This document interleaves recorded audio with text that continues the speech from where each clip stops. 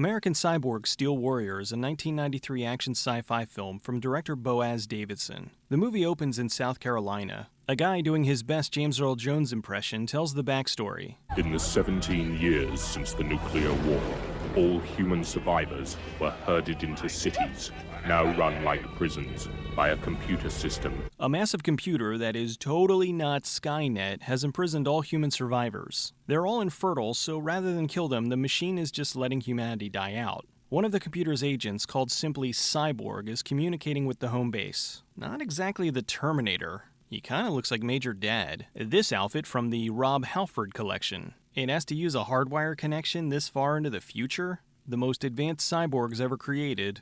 Still no Wi-Fi. The cyborg's orders are to eliminate any human rebels. In a base hidden away from the machines, a group of scientists are prepping for a very dangerous mission. They're working with Mary, the only fertile woman left on the planet. They're taking her and her unborn fetus in a jar to a ship off the coast where she'll be safe from the evil cyborgs. Wait, I shouldn't just brush over that so quickly. She's carrying her fetus in a jar. It's so ridiculous. From there, they'll take her to Europe where there's a rebellion against the machines. What's with the sound the cyborg makes? He sounds more like a dying refrigerator than the world's most advanced machine. Mary and the team of soldiers have 36 hours to deliver the fetus in a jar to the boat. Once there, they have an artificial womb that'll bring the baby to term. They're packing only the most essential gear, like this yoga mat. The cyborg breaks into the lab and proceeds to kill almost everyone. Just how many rounds are in this gun?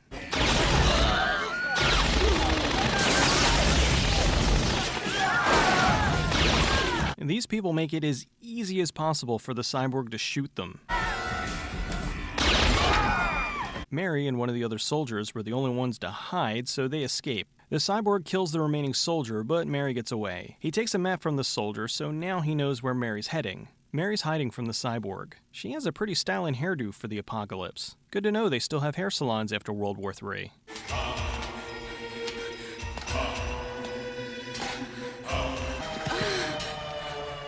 The cyborg had perfect aim before, but now he can't hit anything. Mary drops a big metal thing on him and she escapes. She gets away only to run into the Bondage Club rejects. These guys watched way too much Liquid Sky. The gang tries to abduct Mary, but our hero, Austin, comes to the rescue. Mary asks Austin to take her to the port, but he refuses. Turtles? Yes! Forget Austin, she doesn't need his help anymore. Austin goes to the trading depot and Mary follows him. The cyborg blows up the joint and Austin fights him off. Austin stabs him in the neck and Mary shoots him with a rocket launcher. Come on, look at this. The knife did more damage than the rocket did. The cyborg rubs some hand lotion on his neck and heals his wound. Mary pays Austin and he agrees to help her get to the port. They head into the sewers to get to the ocean. He warns her not to step on any of the clearly out in the open mines. Even though they can see the mines on the cement, for some reason they still choose to walk in the water. Now that the cyborg is all healed up, he follows them into the sewers. Austin shoots a mine and stops the cyborg for now. He takes her to his place to rest up until the morning. The next morning, they're attacked by the cyborg breaking in. Mary gets away and Austin gets his ass kicked. Finally, he has to reload. Austin swings in like Indiana Jones to save the day. So that little hole is supposed to be all the damage that the rocket launcher did? Austin knocks him into a pit trap. Fatality. And they get away. Well, the cyborg will never recognize them now. They're wearing hats. I wonder how all this running is affecting Fetus in a Jar. Mary and Austin have to head through leech territory, which is full of radioactive cannibals. Austin leaves Mary alone so he can rappel into a mine shaft and get to a storage locker. And how did all these birds get in here? While Mary's alone, she of course gets robbed. I don't think she's taking this too seriously. You want me to take off my pants? Austin knows the robber and makes a deal so they can get away. Mary gets into an argument with Austin and heads off on her own. She wanders into leech territory and gets abducted. The leech leader informs Mary that she's tonight's dinner. Austin shows up and proceeds to kill them all. The leader takes Mary's bag and Austin goes after him. He kills the leader, who drops the bag, and oh, this is just silly.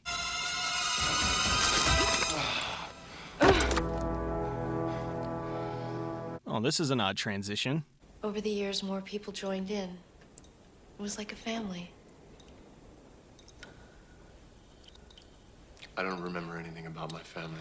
Austin then makes a pass at Mary. The love fest is interrupted by the Cyborg. Austin fights him off and knocks him down an elevator shaft. Austin cuts the Cyborg's arm off, and then he rips Austin's arm off. In a surprise to Austin, he discovers that he's a cyborg too. Mary freaks out. This is all a big plot to kill my baby. Don't you think if he wanted to kill your baby, he would have done so already? Mary leaves and Austin attaches the cyborg arm. How did he know it would be compatible? Mary heads to the port, and this is the same place where she got started. She gets caught in acid rain and washes herself off. Good job, don't try to get inside or anything, just open up your pack while you're still getting rained on. Mary makes it to the port, but the cyborg's waiting for her. She checks the timer and only has 3 minutes to get the baby to safety. She shoots the cyborg in the eye and gets away. Why is he ripping his face off? Won't this whole thing just heal up in a minute? Mary almost gets away, but he hits her with a hubcap frisbee.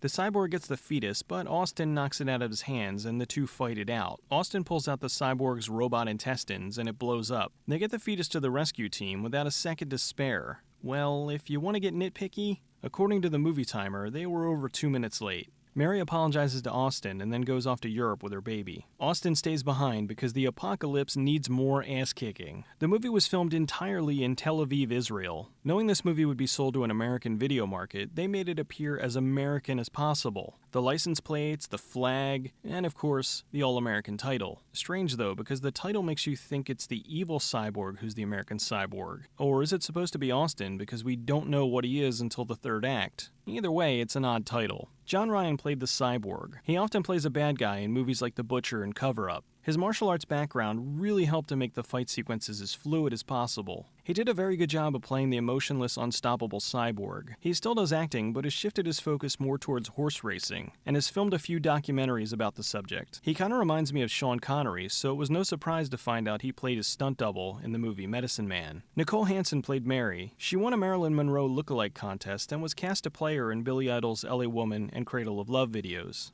She had a few roles here and there, but has stopped acting in 2007 to focus on promoting renewable energy. Joe Lara, who played Austin, is a direct-to-video action hero. In the 90s, whenever I wanted to see a badass action movie, I looked for ones with Joe Lara. He had so many back then, from Steel Frontier to Hologram Man to Armstrong. They all had lots of fights and lots of explosions. I wish he would have kept acting because his stuff is always entertaining. The last thing he did was Starfire Mutiny in 2002. He since quit acting and is trying to become a country singer. Director Boaz Davidson did a solid job directing this and another post-apocalyptic movie, Lunar Cop, but he had much greater success as a producer. As of currently, he's produced 145 titles, many of which big action movies like The Expendables 1 and 2, Olympus Has Fallen, and the outstanding Drive Angry. This movie was unfortunately the last film released by the great Cannon Films. If you know B-movies, you know Cannon. They had an amazing run in the 80s under the legendary duo of Golan Globus. After Menahem Golan left in 1990, Urban Globus tried to keep the studio going, but after some major money issues, the studio closed. There's currently an Australian director working on a documentary about the history of Cannon Films.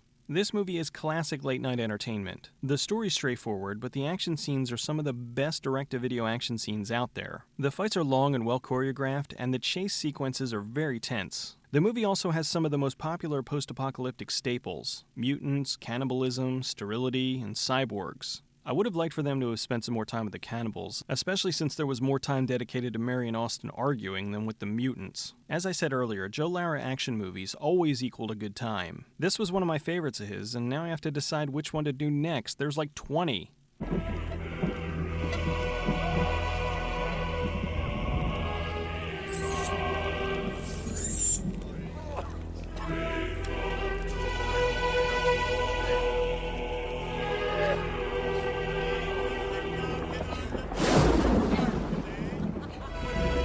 Knew it. That gun's empty, ain't it? Should have taken your chances. You're a real piece of work. You know that, Austin? And to think, I was actually starting to miss you.